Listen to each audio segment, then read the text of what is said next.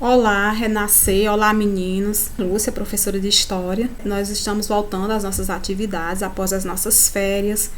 Né? Infelizmente não podemos estar ao vivo e a cores, né? Mas o Renascer tem essa plataforma de interação, né? de postagem de aulas remotas, e assim a gente vai retomando as nossas atividades aos poucos. Né? Eu espero que estejam todos bem, que a família de cada um esteja bem, e vamos aqui iniciar a nossa aula. Certo? Então, assim, a nossa aula de hoje, o tema dessa aula é o iluminismo. Vamos fazer uma revisão sobre esse importante período da história. E assim, professor, o que foi esse período? O iluminismo, ele foi um movimento cultural, filosófico e intelectual que aconteceu na Europa, principalmente na França, né? No século XVI, século XVIII, por aí. Então, foi uma época do desenvolvimento intelectual. Esse desenvolvimento ele já vinha ocorrendo desde o Renascimento, né? E aí ele continua influenciando o nosso mundo atual, continua a nos influenciar as ideias iluministas. Então, assim, a sociedade vivia mergulhada num período em que tudo se explicava a partir de Deus. Tudo era se explicado a partir de Deus. Não se questionava, principalmente, o que a igreja dizia. Qual igreja? A igreja católica, pois as demais ainda não estavam, né, no cenário. Né? Então, assim, Deus era... Se alguém adoecia, ela cometeu pecado e Deus quis que fosse assim. Né? Se as pessoas não tinham mobilidade social, elas não eram incentivadas ao progresso, ao questionamento. E o iluminismo, né, já desde a Renascença, né, ele já vem com esse pensamento, com essa questão à tona. E aí as principais características do iluminismo, né, foi o combate à ignorância, né, e o mercantilismo, foi tecido severas críticas sobre a Igreja Católica e a monarquia absolutista, né, aqueles reis monarquistas, né, que inclusive eram representantes de Deus. O fanatismo religioso, né, eles queriam que a razão e o progresso, né, estivesse posto. Né. E combatia também o privilégio da nobreza. Né? Quem era essa nobreza? Eram os reis, o clero, o alto clero da Igreja Católica. E aí, para a gente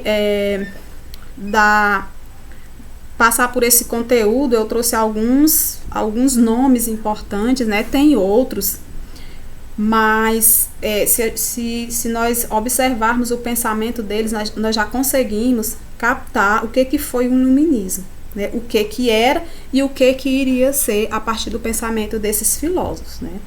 E nós temos esse filósofo importantíssimo, né, dentro desse período do iluminismo, que é o Voltaire.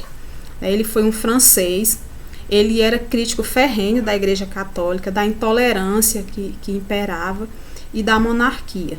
Né? E ele foi um homem perseguido, né, por suas ideias libertadoras. Ele foge para a Inglaterra, e lá ele escreve uma obra que chama-se Cartas Inglesas. Né? E nessa obra ele vai elogiar o regime inglês, né? Principalmente a questão da liberdade de expressão e religiosa dentro da obra dele. Eu nunca li a obra, apenas um resumo da obra. Aí ele fica famoso pela sua célebre frase, né? Posso não concordar com nenhuma das palavras que você disser, mas defenderei até a morte o direito de você dizê-las, né? Aí aqui eu me lembro muito do que nós vivemos hoje, que é fruto dessa época, né? Que são as liberdades e a democracia, né? E as democracias. Ele escreveu uma obra muito importante, inclusive para nós, para a educação, né? Que se chama-se Emílio, ou da Educação, né? Emílio era um menino da elite, né? E ele vai... nessa obra é uma teoria, né, onde ele vai se dizer como se deve educar. Ela foi importante na época, no século XIX, no século XX, e até hoje, quando se estuda a história da educação, se cita essa obra. E aí aqui eu coloquei uma tirinha, né, só mesmo para provocar e a gente lá no chat conversar um pouco. Né. Você, oitavo ano, vocês estão respeitando a opinião dos direitos dentro de casa, do pai, do colega, na igreja, vocês estão respeitando a opinião uns dos outros, né? Eu deixo aqui esse questionamento, essa pergunta, né, para a gente no chat conversar sobre isso. E aí nós tivemos outro filósofo bem importante também, que é o Montesquieu, né? Também era um francês, ele era jurista. E Montesquieu, ele é bem interessante porque ele tanto vai apontar os problemas dessa sociedade, né, dessa sociedade europeia, como ele também vai apontar as soluções, né, que é algo difícil, né? Você aponta o problema, mas você também aponta a solução. Não é a crítica pela crítica, né, mas é a crítica e também a forma como se resolveu o problema. E ele é um filósofo que até hoje nós temos resquícios da sua obra, do seu pensamento e da sua crítica, né? E aí ele tem um livro muito importante para nós, né, que é para nós e outras sociedades, né, que tem esse regime. É o Espírito das Leis, né? Então, assim, nessa obra, de forma bem resumida mesmo, ele vai tratar sobre o espírito das leis. É uma teoria política. E aí o desdobramento é a divisão dos poderes em 3, né, que é o que nós temos aqui no Brasil. É o nosso caso, né? Então ele defendia que teria que se haver um poder executivo, né? Teria um presidente, né? Que no nosso caso nós temos, né? Um poder executivo, temos um presidente atualmente, Jair Bolsonaro. Teria que a sociedade teria que ter um poder legislativo, né? Esse poder legislativo ele iria cuidar das leis, né? Ele ia ser representado pela Câmara e pelos parlamentares. Nós também temos, não é verdade? E por último, ele defendia um outro poder, né? O poder judiciário, que era a fiscalização, né? A observação, a fiscalização e o cumprimento dessas leis, né? Esse poder, o judiciário, eu esqueci aqui, mas é poder judiciário, vocês podem até anotar. Ele iria cuidar e zelar pelas leis, né, exercido por juízes e magistrados. No caso, nós temos, e o mais alto é o STF, o Supremo Tribunal Federal. Ele é, digamos assim, o guardião da Constituição. Outro que influenciou esse movimento, que teve destaque, né, foi o Rousseau. O Rousseau, se o outro eu já achava parecido as ideias dele com a democracia, o Rousseau, então, é extremamente importante. Para ele, a vontade geral, a vontade do povo, ela é soberana. Nenhuma vontade pode se sobrepor à vontade do povo, principalmente à vontade de uma única pessoa, seja o presidente, seja um rei, né? Então, para ele, o que prevalece é a vontade geral, a vontade da maioria, né? E as suas ideias, ela inspirou revoluções, como a Revolução Francesa. Ela inspirou movimentos aqui no Brasil, dentro e fora da Europa, né? E a Revolução Francesa foi muito inspirada nesse pensamento de Rousseau, que é a ideia de liberdade, igualdade e fraternidade, né? Aí aqui no Brasil tem um movimento importante, que é a Conjuração Baiana, que ocorreu em 1998, né, que foi inspirada nessa obra, né? Então, para Rousseau, as pessoas, elas nascem boas, né? Também faz parte do pensamento dele. Ele acha que as pessoas nascem boas, elas são boas, né? Mas a sociedade as corrompe. Então, essa é a sua teoria, né? O processo, né? O meio em que você está inserido, o cotidiano, a sociedade que você está, os valores que tem naquela sociedade, ela vai corrompendo aquela criancinha que nasce boa e durante a sua formação e o seu processo, ela pode tornar-se corrupta. Nós temos também o Diderot, né? Que foi outro filósofo importante. Não dá para falar do Diderot sem falar da enciclopédia, né? Então, assim, o lema do Diderot era o seguinte: para ele, né, segundo ele, o seu maior objetivo era tornar as pessoas mais instruídas, pois assim elas se tornariam mais virtuosas e mais felizes. Então, trocando em miúdos, a educação, só a educação, o acesso à educação pode tornar as pessoas instruídas, e uma vez instruídas, elas poderão se tornar virtuosas e mais felizes, né? Aliás, é um pensamento muito forte do iluminismo, é isso. Eles vão combater essa questão da tristeza. O homem, ele tem que ser feliz, ele tem que buscar caminhos razoáveis para a sua felicidade. O homem não é para ser triste. O que aconteceu é que a igreja desvirtuou, né, essas práticas, né? Mas o homem nasceu para a felicidade, né?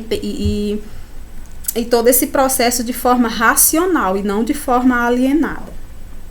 E aí eu coloco uma provocaçãozinha também para posteriormente a gente discutir no chá.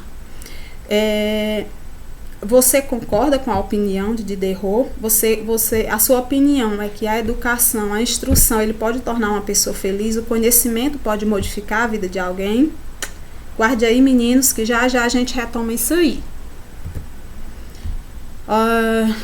Um outro momento, né, ou uma outra característica, né, seja como vocês quiserem, temos mais dois filósofos aí ligados às questões econômicas, né? Nós temos o Adam Smith e o Quenar, esses dois filósofos. O Adam Smith, ele é considerado o pai da economia moderna, né? Então, seu pensamento, né, ultrapassou ao longo dos anos e ele é considerado o pai da economia moderna. Acho que todo mundo que estuda administração e economia lê a obra do Adam Smith, né? Concordando ou não, né? Mas lê. Acho que é uma obra extremamente importante para essa área do conhecimento, né? E aí, ele e o Quenar, eles estavam, como é que eu posso dizer, se contrapondo, né? Ele dizia que ele era um fisiocrata, né? Que era uma corrente lá que defendia uma teoria, né? Que a riqueza das nações vinha da terra, né? Que era a teoria de Quenar. E para ele não, para ele só o trabalho poderia gerar riqueza e não a terra, né? E aí em seguida, né, vem o Quenar.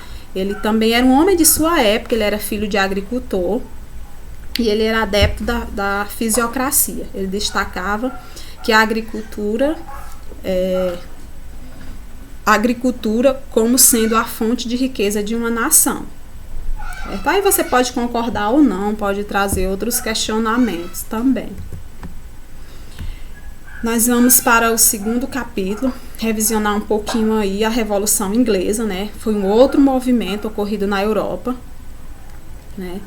No século XVI, por aí, que vai ocorrer mais uma vez uma revolução, mais uma vez os sujeitos estão no centro dessas questões. Mais uma vez, os indivíduos históricos, as pessoas querem modificar uma situação para se inserir em outra.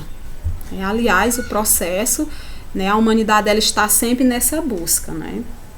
E aí era mais ou menos assim, né, a sociedade inglesa, né, nessa época que vai dar na Revolução Inglesa.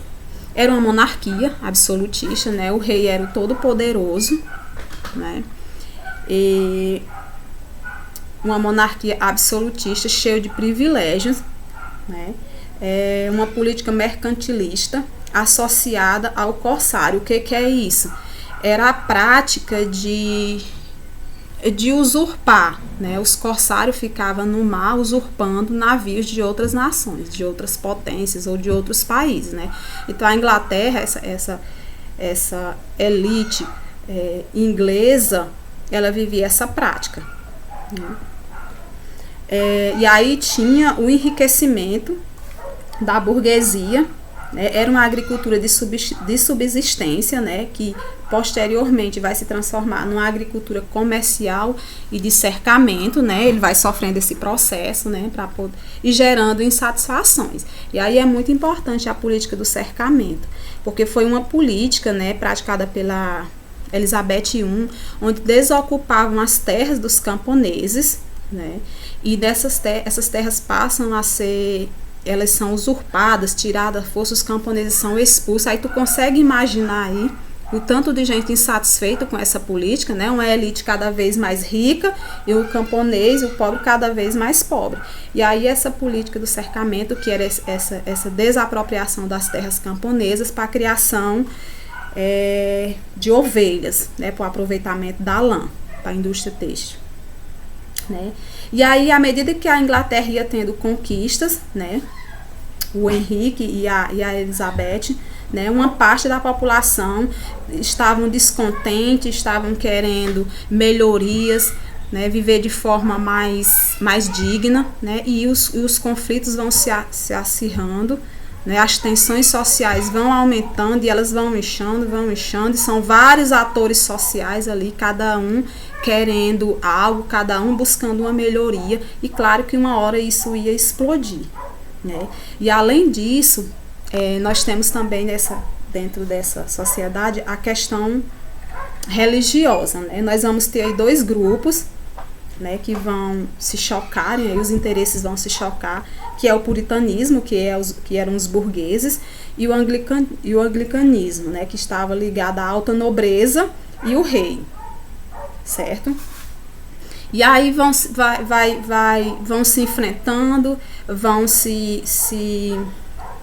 esses conflitos vão cada vez mais tensionar, né? E aí vai ter uma hora que vai ficar a monarquia e o parlamento, né? O Carlos I, que vai ser o sucessor de Jaime I, né? Chega uma hora que ele quer, né, com seu autoritarismo, tenta invadir a Câmara, e aí pronto, aí foi o estopim, né? Vai ter assim, uma guerra civil que vai de 1642 a 1649, essa guerra. E aí divide a Inglaterra em 2 blocos. Me lembrei agora da Segunda Guerra Mundial, né?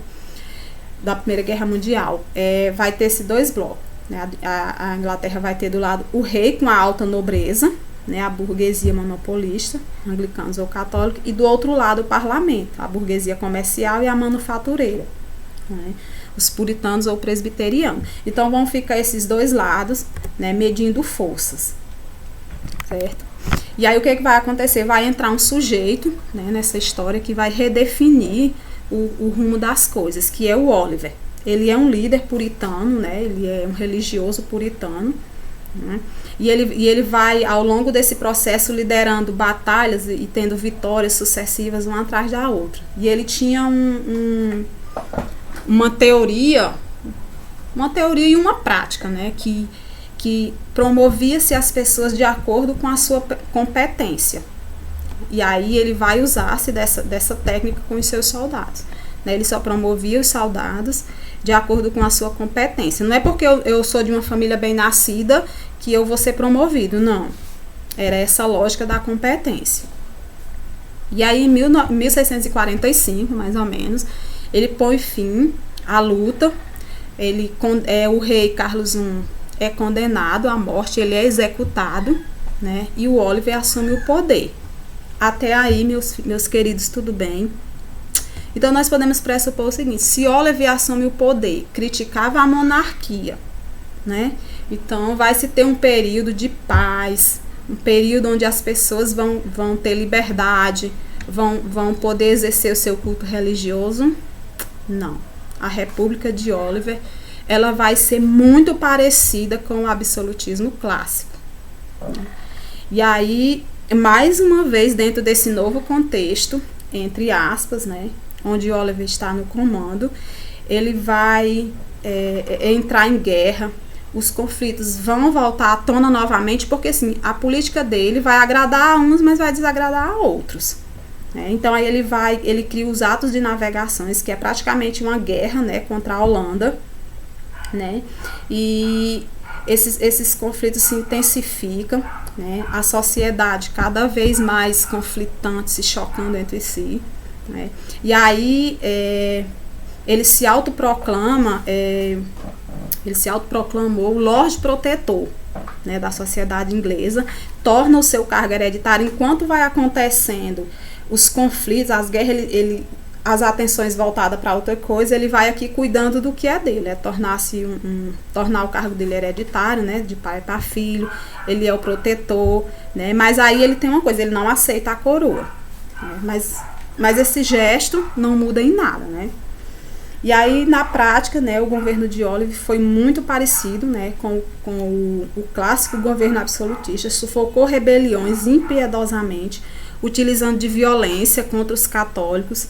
E, além disso, ele agiu sobre a esfera cotidiana, a vida privada das pessoas. Ele proibiu tudo que fosse considerado mundano, né, como, por exemplo, bailes, peças teatrais, tipos de jogos, né, e dizem que até mesmo sorrir era proibido, né? Aí tu consegue imaginar a insatisfação das camadas populares, da sociedade em geral, né? Você ter um líder que proíbe você até de sorrir, né? Obviamente isso não ia dar certo, né? E vamos ver. Aí, claro, não deu certo, né? E aí ele vai ser deposto, né? Ele vai gerar muita insatisfação tanto com o mundo político como com os líderes religiosos, né? E aí dentro dessa guerra aí vai surgir dois grupos, os niveladores e os cavadores, né? E os niveladores, eles querem dissolver a Câmara dos Lordes, ficando apenas com a Câmara Comum, as câmaras comuns. Eles querem liberdade religiosa, eles querem o fim do dízimo cobrado pela igreja, eles querem direito à propriedade privada e outras coisas também, né? E do outro lado estavam os cavadores. Esses eram extremamente radicais, eles queriam realmente uma reforma agrária radical, né? Eles queriam confiscar a terra, né, desses ricos, desses nobres, dessa elite inglesa e direcionar para os pobres, né? E aí o parlamento entra em pânico com esse caldeirão de tensões sociais, né? E destitui o Oliver. E eles restauram a monarquia em 1960. Os Stuart voltam ao poder com o filho do rei decapitado, né? Aí tu imagine, meu pai foi decapitado e eu tenho agora o direito divino de ser rei e líder de um povo, porque é isso que a monarquia absolutista prega, né? Esse direito absoluto e divino, né? E aí ele tenta restaurar essa monarquia, pede ajuda ao Luís XIV da França, é o rei mais poderoso da Europa, para tentar restaurar essa monarquia absolutista, né? Que aí vai ser a revolta gloriosa, né? O parlamento, mais uma vez, né, de maioria burguesa, reage contra essa ideia, né, de Carlos I e do seu irmão Jaime II. Vão reagir, aí, não, meu filho, não dá certo não, dá cá o poder. Toma o poder dele, né, entrega o governo ao Jaime II da Holanda, o genro de Jaime II da Holanda, o Guilherme de Orange. E aí ele jura obediência à Declaração dos Direitos. E aí, pela primeira vez na história da Inglaterra, né, os ingleses vão gozar de liberdade civil e política, né? Vai se instalar a monarquia parlamentar, o parlamento que tem um grande poder de decisão. Os ingleses passam a ser cidadão com direitos e deveres. E uma outra característica, né, que vai desencadear daqui a pouco na Revolução Industrial, né, que é o nosso assunto do próximo capítulo. E aí, galerinha, lembrando que essa monarquia parlamentar, até hoje é ela que está posta na Inglaterra, né? Nós temos lá a Rainha Elizabeth, né? E perdura até hoje essa monarquia, mas uma monarquia, digamos assim, figurativa, né? É uma monarquia que não tem poder de decisão, é o parlamento que decide. E muito obrigada, eu agradeço, eu quero encerrar, né, com essa frase, né? O segredo da educação consiste em orientar a vaidade para os objetivos certos. Muito obrigada. Até a próxima semana na nossa próxima aula. Não esqueça, vamos no chat, vamos na plataforma, tem atividade interativa e lá nós podemos conversar, beleza? Muito obrigada.